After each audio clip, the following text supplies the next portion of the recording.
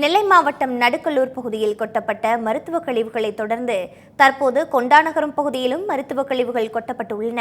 இதுகுறித்த கூடுதல் விவரங்களோடு இணைப்பில் இருக்கிறார் செய்தியாளர் சரவணன். அவரிடம் விவரங்களை கேட்டு பெறலாம்.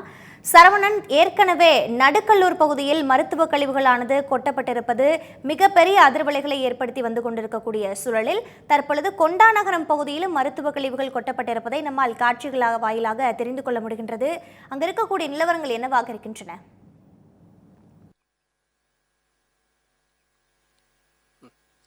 வணக்கம் பிரீதா.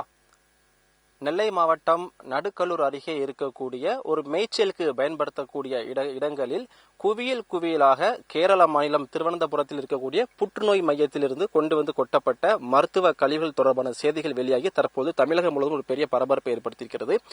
இந்த சூழ்நிலையில இது தொடர்பாக காவல்துறையினரும் வழக்கு பதிவு செய்து தற்பொழுது தீவிரமான ஒரு விசாரணை ஈடுபட்டு வராங்க. குறிப்பா சொல்லணும் அப்படின்னா, கேரளாவில இருந்து ஒரு லாரிகள் தமிழ்நாட்டுக்குள்ள வரணும் அப்படின்னா, அது குறிப்பா திருநெல்வேலிக்குள்ள வரணும் அப்படின்னா 2 இடங்கள் செக் போஸ்ட் இருக்குது. ஒன்னு குமரி மாவட்டம் களியக்காவிலை பகுதி, இன்னொன்னு தென்காசி பக்கத்தில் இருக்கக்கூடிய புளியரை. இந்த 2 இடங்கள்ல இருந்துதான் வாகன சோதனை சாவடி தாண்டி லாரிகள் திருநெல்வேலிக்குள்ளே வர முடியும். அப்படியாக இருக்கக்கூடிய சூழல்ல அந்த 2 வாகன தணிக்கை பண்ணக்கூடிய இடங்கள்ல 24 மணி நேரமும் போலீசார் பாதுகாப்புக்கு எப்போதுமே இருப்பாங்க. ஆனா போலீசாரை தாண்டி திருவனந்தபுரத்திலிருந்து இந்த மருத்துவ கழிவுகள் எப்படி தமிழ்நாட்டுக்குள்ள, அதுவும் குறிப்பா திருநெல்வேலிக்குள்ள வந்துச்சு அப்படின்றது இப்ப மிகப்பெரிய கேள்வியா இருக்கு. இதை தாண்டி நெல்லை மாவட்டம் நடுக்கல்லூர்லயே 2 இடங்கள் நம்ம கண்டுபிடிச்சு அது தொடர்பான செய்திகளை நம்ம வெளியிட்டு இருந்தோம். தற்போது அதே நெல்லை மாவட்டத்துல கொண்டாநகரம் பகுதி, இது பஞ்சாயத்துக்கு உட்பட்ட பகுதி, அந்த காட்சி நாங்கள் நேரடியாக காணலாம். நெல்லை மாவட்டம் கொண்டாநகரம் பஞ்சாயத்துக்கு உட்பட்ட இந்த பகுதி நம்ம பார்த்தோம்னா முழுக்க மருத்துவ கழிவுகளும் மற்ற பிற கழிவுகளும் இங்கு குவியலாக கொட்டப்பட்டிருப்பது ஒரு மிகப்பெரிய ஒரு அதிர்ச்சியை ஏற்படுத்தி இருக்கிறது. அது மட்டும் இல்லாமல் இந்த மருத்துவ கழிவுகளும் மற்ற பிற கழிவுகளும் உள்ளே இந்த பாதையை பார்த்தீங்கன்னா முழுக்க 4-5 கிலோமீட்டர் தொலைவுக்கு முழுவதுமாக அந்த கழிவுகள் ஆக்கிரமித்து கொட்டப்பட்டிருக்கிறது. அது மட்டும் இல்லாமல் இது போலீசாருக்கு தெரிந்தும் தற்போது ஒரு உரிய நடவடிக்கை எடுக்கல அப்படின்ற மாதிரி முக்கியமான குற்றச்சாட்டை இங்க இருக்கக்கூடிய ஊர் பொதுமக்கள் தெரிவிச்சிருக்கிறாங்க. அது மட்டும் இல்லாமல் நாம் அந்த காட்சியை நமக்கு பிரத்யேகமாக பார்க்கலாம். நமது ஒளிப்பதிவாளர் ராமன் காட்டியிருக்கிறபடி அனைத்து கழிவுகளும் ஏற்கனவே திட்டமிட்டு மூட்டை கட்டி குவியலாக இந்த கொண்டாநகரம் பஞ்சாயத்துக்கு உட்பட்ட பகுதியில் கொட்டிட்டு இருக்கிறாங்க. இது நேத்து இன்னைக்கு நடக்கிற பிரச்சனையாவே தெரியல. தொடர்ச்சியாக மாதம் ஆண்டு காலமா இந்த இடத்துல இப்படி கொட்டிக்கிட்டு தான் இருக்கிறாங்க. இது தொடர்பா மக்களும் ஒவ்வொரு வாகனத்தை வழிமறிச்சு கேள்வி கேட்ட போது எந்த ஒரு தரப்புலுமே முறையான பதில்கள் இல்லை. நம்ம அந்த காட்சியை இங்க பார்க்கலாம். ராமன், இந்த பக்கம் பாருங்க. இந்த இடத்த பாத்தீங்கன்னா முழுக்க ஃபுல்லா மருத்துவ கழிவுகள் ஆங்காங்கே கொட்டப்பட்டிருக்கிறது. நோயாளிப்பட்ட அந்த சிரஞ்சிகள்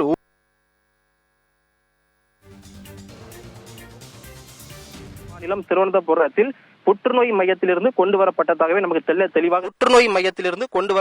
நமக்கு தெளிவாக தெரிகிறது.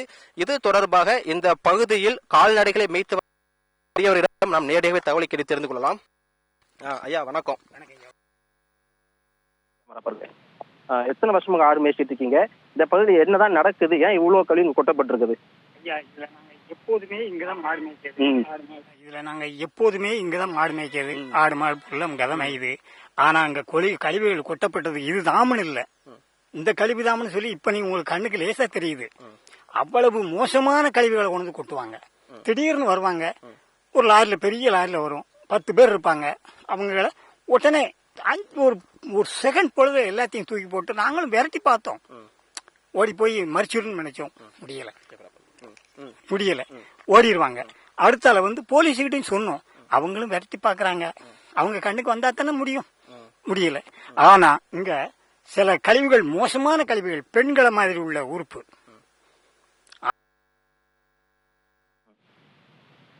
ஆண்கள் பயன்படுத்த கருத்தடை, அதெல்லாம் மூட முடியா கிடந்து இப்ப தீய வச்சுட்டாங்க. தெரியல. இன்னும் மோசமா பார்த்தா முகமே பிடிக்க முடியாது. கால்நடைகளை நாங்க மேய்க்கிறதுக்கு கிட்ட எல்லாம் அங்க வர முடியாது. அதுக்கு ஏசெண்டுகள் இங்க இருக்காங்க, மறைமுக ஏசெண்டு இருக்காங்க. அந்த ஏசெண்டுகள்லாம் சரியான முறையில அத நாங்க சொன்னா ஏதாவது எங்களுக்கு சரியா வராது. நாங்க ஆடு மாடு மேய்க்கவங்க. அதனால ஐயா, இதுக்கு ஒரு தீர்வு கிடைக்கணும். இது இன்னைக்கு இல்ல, எத்தனையோ வருஷ காலம் இது நடந்துகிட்டு இருக்கு. இப்பமாவது ஒரு தீர்வு கிடைச்சதேங்கிறத எனக்கு சந்தோஷம். சொல்லுது புரியுதா? ஆனா இதை நீங்க கண்டிப்பா இதோட விடாம இன்னும் இது யார் கொண்டு வரா, எங்க இருந்து வருது, இதுக்கு காரணம் என்ன, இத்தனை செக் போஸ்ட் வந்து நம்ம தமிழ்நாட்டுக்குள்ள வருதுன்னு சொன்னா காரணம் என்ன? அது ஏன் இப்ப பிடிக்கல? இதையும் கண்டுபிடிச்சு தயவு செய்து இதுக்கு ஒரு நல்ல தீர்வு கிடைக்கும். கண்டிப்பா. வணக்கம். ரொம்ப நன்றியா. இங்க இருக்கக்கூடிய கால்நடை மேய்க்கக்கூடிய அந்த முதியவர் கூறிய கருத்தை கேட்க முடிந்தது. அவருடைய பதில்களே ஒரு மிகப்பெரிய ஒரு சோகமும் அடங்கியிருக்குது அப்படின்னு சொல்லலாம். இந்த பகுதியில பாத்தீங்கன்னா அந்த ஆடு மாடு மேய்ச்சலுக்கு பயன்படுத்தக்கூடிய ஒரு குளம் இருக்குது. அந்த குளம் முழுவதுமே வந்து மருத்துவ கழிவுகள் வந்து கொட்டப்பட்டு போயிருக்கதா ஒரு முக்கியமான குற்றச்சாட்டை வந்து பதிவு பண்ணியிருக்காங்க. அந்த மருத்துவ கழிவுகள் அந்த குளத்தில் கொட்டப்படும் போது அங்க வரக்கூடிய ஆடு மாடுகள் அங்க இருக்கக்கூடிய தண்ணீரை பருகினால் அந்த ஆடு மாடுகளுக்கு நோய்வாய்ப்பட்டு உடல்நிலை சரியில்லாத போகக்கூடிய சூழல் உருவாதாகவும் தெரிவிக்கிறாங்க. மேலும் இந்த பாதை வழியாக பல கிராமங்களுக்கு இந்த பொதுமக்களும் நடந்து செல்லக்கூடிய இடத்துல வந்து இவ்வளவு மருத்துவர்கள் எப்படி கொட்டப்பட்டிருக்கிறது அப்படின்னு பார்த்தோம்னா இதற்கு ஒரு ஏஜென்ட் இருப்பதாகவும் இங்க இருக்கிற ஒரு முதியவர் பதிவு பண்ணியிருக்கிறாரு. அது மட்டும் இல்லாமல் இங்க வரக்கூடிய ஒட்டுமொத்த மருத்துவ கருவிகளும் ஏஜென்ட் மூலமாக தான் இங்க வந்து கொட்டப்படுகிறது. அது மட்டும் இல்லாமல் அந்த நபர்களை பிடித்து நாம் கேள்வி கேட்டோமே ஆனால் அரசியல் காரணங்களை சொல்லி மிரட்டுவதாகவும் மற்ற பிற காரணங்களை சொல்லி திட்டுவதாகவும் இங்க கூட பெரும்பாலான பொதுமக்கள் சொல்றாங்க. பெரும்பாலான பொதுமக்கள் ஊடகத்தின் முன்பாக தோன்றி பேசுவதற்கே வந்து பயப்படுறாங்க. இப்படியாக இருக்கக்கூடிய இந்த சூழல்ல இந்த இடம் முழுவதுமே கிட்டத்தட்ட ஒரு 4-5 கிலோமீட்டர் தொலைவுக்கு முழுவதுமே வந்து மருத்துவ கழிவுகள் கொட்டப்பட்டிருக்கிறது. அது மட்டும் இல்லாமல் கேரளாவில் இருந்து கொண்டு வரப்பட்ட மற்ற பிற கழிவுகளும் இங்கு மூடமுடியாக கொட்டப்பட்டிருக்கிறது. நேற்றைய தினம் நெல்லை மாவட்ட நிர்வாகம் சார்பாக பல அதிகாரிகள் வந்து நேரத்தை ஆய்வு பண்ணியிருக்கிறாங்க. ஆனால் தற்போது வரைக்குமே இந்த இடத்துல இருந்து ஒரு கவர் கூட இங்க மூவ் ஆகல.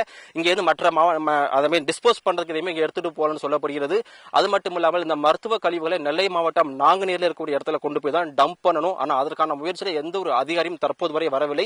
தொடர்ச்சியாக இந்த இடங்கள்ல வந்து கொட்டப்பட்டிருக்கக்கூடிய இந்த மருத்துவ கழிவுகளால் இந்த இடம் முழுவதுமே ஒரு துர்நாற்றம் வீசக்கூடிய காட்சிகளை நம்மால் பார்க்க முடிகிறது. பிரீதா, கேரளாவிலிருந்து கொண்டுவரப்படும் மருத்துவ கழிவுகளானது தொடர்ந்து நெல்லை மாவட்டத்தின் பல பகுதிகளில் கொட்டப்பட்டு வரக்கூடிய அவல நிலையானது ஏற்பட்டிருக்கின்றது. கள நிலவரங்களை வழங்கியமைக்கு நன்றி சரவணன்.